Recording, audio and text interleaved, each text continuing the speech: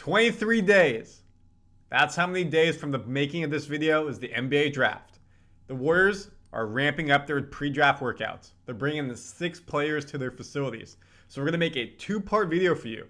We're going to break down 3 players in this video, and then next video coming out later today. When you watch it, go watch part 2, the other 3 players. Randy Silver here, Warriors Digest. Look at this before we dive into it. 910 subscribers. Thank you so much. 90 away from 1,000. Please subscribe if you haven't. It means so much to support us, and we can support you when we hit 1,000. When your YouTube channel, 1,000 subscribers, you unlock new features, channel memberships, and we can do giveaways. So please subscribe if you're not. Help us get to 1,000 and beyond. So as I said, the Warriors are bringing 6 prospects. Darin Green Jr., Florida State. Blake Hinson, Pittsburgh. Keshad Johnson, Arizona. Pele Larson, Arizona. Back-to-back Zonas. Shahada, Wells, McNeese State, and Moses Wood out of Washington. A lot of buzz about Johnson. In this video, we're going to talk about the first 3. And again, the second video, we're going to talk about the second 3. So if you're watching this first, the second video will come out. Again, get notified so you'll know. And if you're watching the second video, go back to the first, vice versa. They'll be linked in the comments as well. So first player, Darin Green Jr., Florida State. He's 6'5", 195 senior from Charlotte, North Carolina. And before we dive really into it, what do we need? Size in the paint, someone like Trace Jackson Davis, but taller, rim protector, can get boards, blocks, shooting around Steph Curry, athleticism, perimeter defense. So think about that when we go through all these attributes and strengths and weaknesses. In his senior season, average almost 11.5 points, 11.3, 3 rebounds, 1 assist, 40% shooting. So shooting percentage not bad, and you can tell more of a role player based off of the scoring. He started at UCF. They are, of course, now a Big 12 school, in Florida State ACC. So played high-level competition. For the most part, started all the games in college, 130 at 146, around 80% of games started. Playing 30 minutes a game, basically each season as well after his freshman year. I love that because that means he's not getting hurt. He's playing a lot of games. He's durable. The coaches, they trust him to be out there. So not even looking at the stats, it shows he's earned his way on the court. When he's there, he's earning his keep and he's staying healthy and productive by playing. We look at his field goal percentage, around 40%. Ideally in the NBA shooting system, a lot of practice, he'll go up a little bit more, make that like 40, 45. 3-point hovered around 35%, 38, around in that 40 range. So a competent 3-point shooter. That would make him, of course, the college line is a bit shorter than the NBA line, but 38% would be top 3 in the Warriors this season, top 4 max. So can come in and help, especially if we're losing Clay, can come in and help. Look at the free throws. A bit concerning. Not getting a lot of free throws per game, so needs to do a better job getting to the hole, earning some easy shots. But 70% really dropped down there. Not good at all. When we look at rebounds, he's not doing a lot of rebounds. Around 2.73 rebounds. Points 11. Steals 1.4 his senior season. So you can tell, role player. I like the shooting. We don't need someone to come and be a star. We have 1 pick in this draft. Late in the second round, mid-50s. You're not getting a star there. So you need someone who can come in and contribute. Go to the G League, help that team, grow into this team, 2-way player, something like that. Projected draft range, second round undrafted. Makes sense. We're late in the second round right there.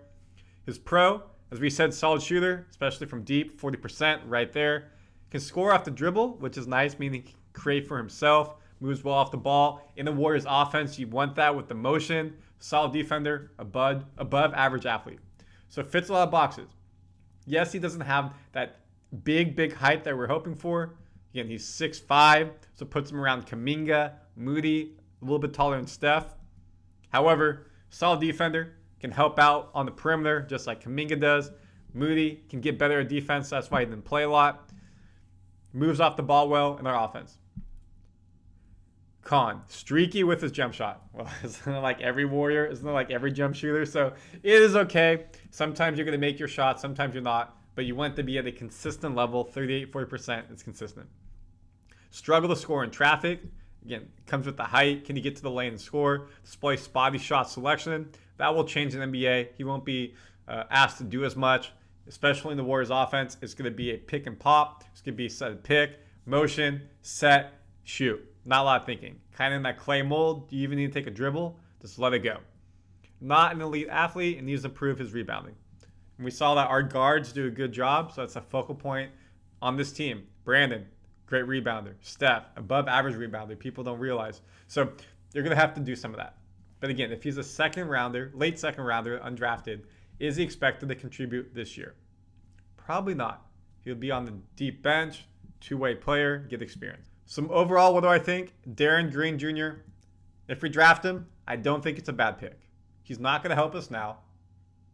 Maybe in the future, he can come in. Again, decent size, 6'5". You'd like to see that. Develop his shot. Two-way player. Maybe get some game time, garbage time.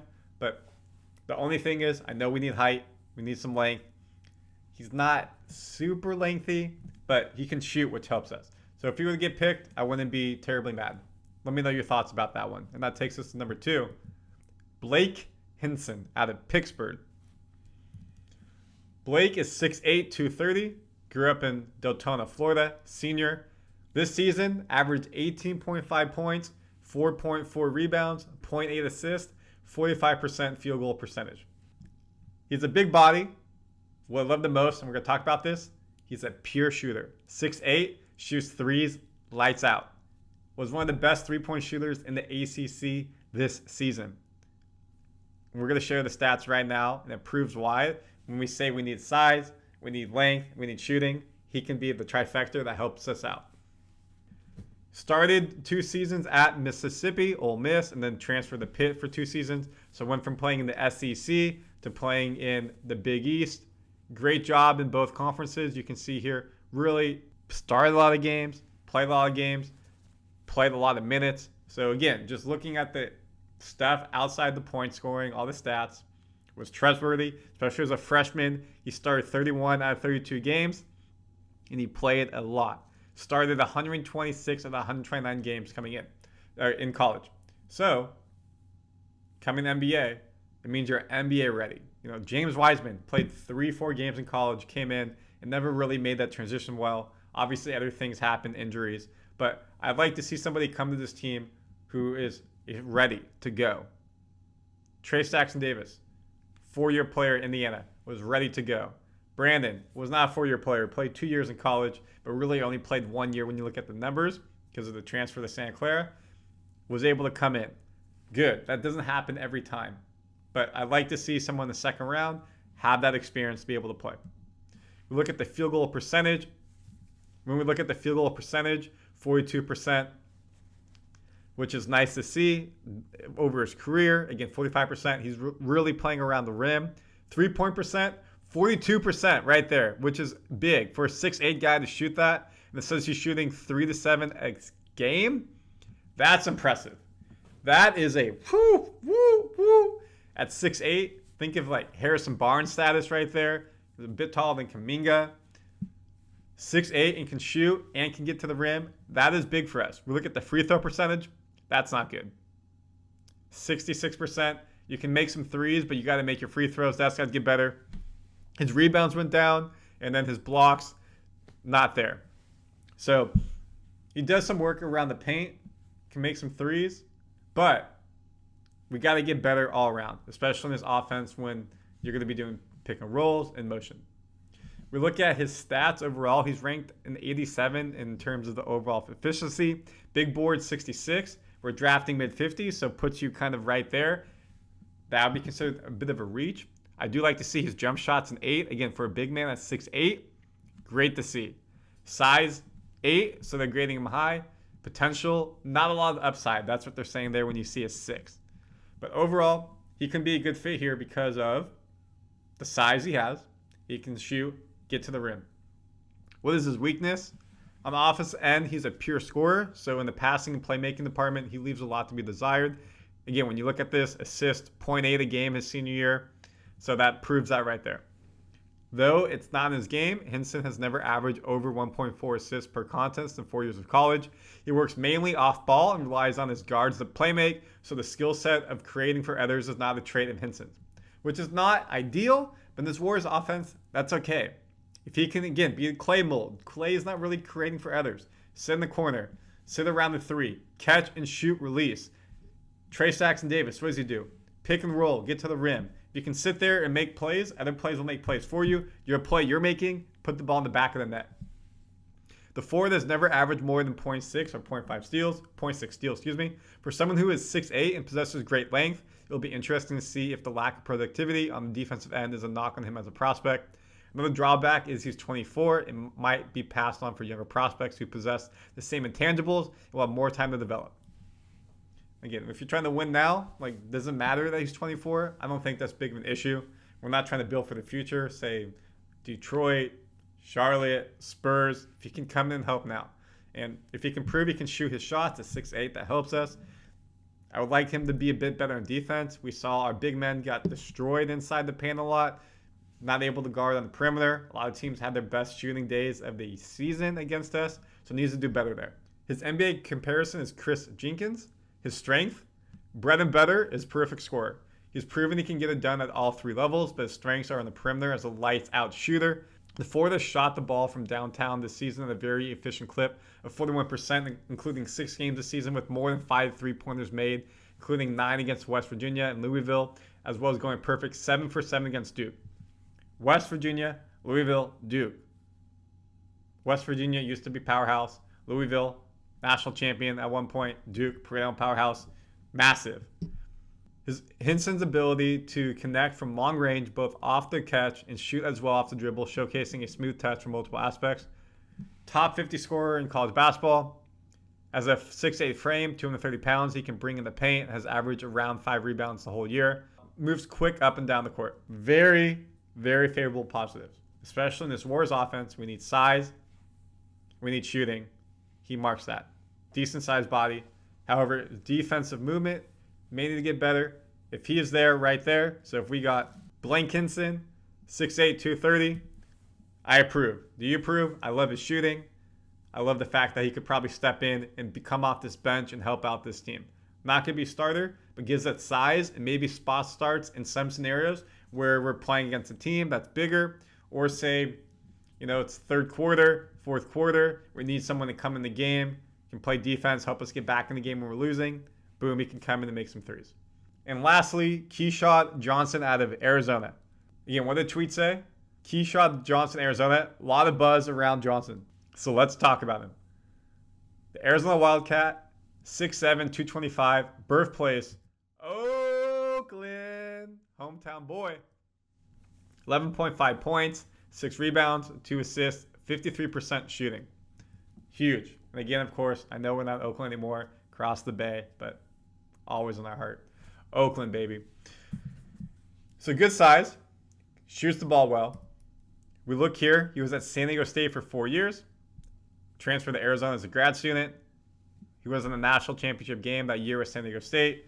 Can see he didn't play much his first 2 years, and then last 2 years at San Diego State, basically started every game and started every game this past year at Arizona. Great to see, playing mid 20 minutes every game. Shows development, shows he earned his way on the court, was able to be productive. 53% field goal percentage from 3-point, 38%. Did not do well at San Diego State. You can see he shot basically 1 a game, if that, his last 2 years. Arizona shot a couple more at 2, but not shooting a lot of threes. So it'll be interesting to see what happens in the NBA.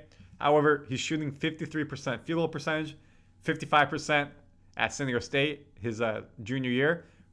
Boom. So he's making his shots around the basket when he's shooting threes, putting it at a decent clip. Free throw, again, not that good, 70%, needs to get higher. Rebounding, improved every season. Assist, basically improved every season. Blocks, career high his last season in Arizona. And then, of course, points, double digits, improved every season. So you can see progression. When you're drafting someone, you want to know, are they at their ceiling or is there potential? And this is proving he's got potential. He's getting better every season. Now, is this someone who can step in and do something now? That has to be questioned. Maybe it's the bench, two-way player. But I'd like to see someone for drafting What are we going to get now, and what are we getting in the future? He's improved his jumper, willingness, and ability not only to knock down triples, but also convert from the free throw line. Even then, he has a long way to go as a shooter. Again, you saw some of that. If he can improve and consistently knock down three-point shots, it will drastically impact his trajectory at the next level and swing his draft stock. Since becoming a member of the Wildcats, shooting has clearly been a focal point of improvement for him. He's also shown more as a passer and connector. So again, go back to this. When we look right here, again, he wasn't shooting the ball a lot, especially from three at San Diego State. With Arizona, much more. He isn't the type of player who fills up the stat sheet or scores a lot of points in a flashy way, but flat out impacts winning. The fifth-year forward doesn't project as a primary scorer at the NBA level, but he does enough things that will help him earn a spot on the NBA team. When he does need to score, he's solid on the offensive glass and generates points in the paint. He can also get to the rim with ease, leveraging his physical style of play. Quality.